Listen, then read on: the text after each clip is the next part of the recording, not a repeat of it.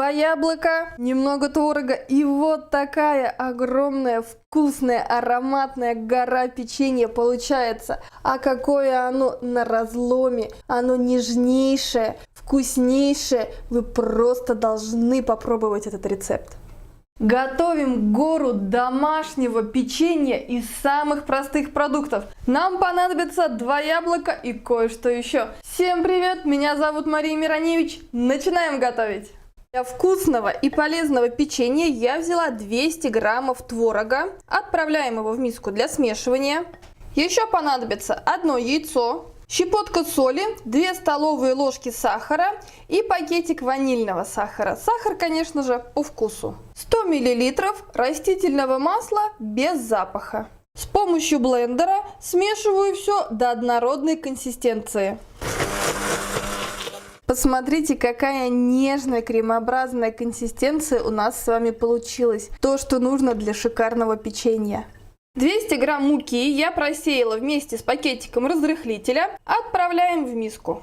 Следом добавляю 100 граммов кокосовой стружки, чтобы наше печенье было с великолепным ароматом. Тесто замешать очень легко. Я для этого использую самую обычную ложку. Тесто получается просто невероятно нежным и готовится буквально за 5 минут, а может быть даже и за 3. Вот таким невероятно нежным и пластичным получается тесто. Убираю его в сторону. У меня 2 красивых яблока, которые помогут нам приготовить вкусное печенье. Яблоки необходимо почистить. Лучше использовать кисло-сладкие сорта. Получится просто невероятно. Очищенные яблоки разрезаю на половинки. Затем разрезаю на четвертинки. И нам нужно удалить семена, которые в нашем печенье совсем не нужны. Таким образом очищаю все яблоки от сердцевинки.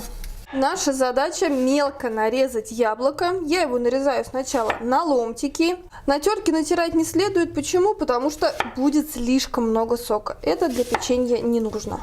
Вот таким мелким-примелким кубиком нарезаю все яблоки. Наши кубики яблок отправляются в миску к тесту.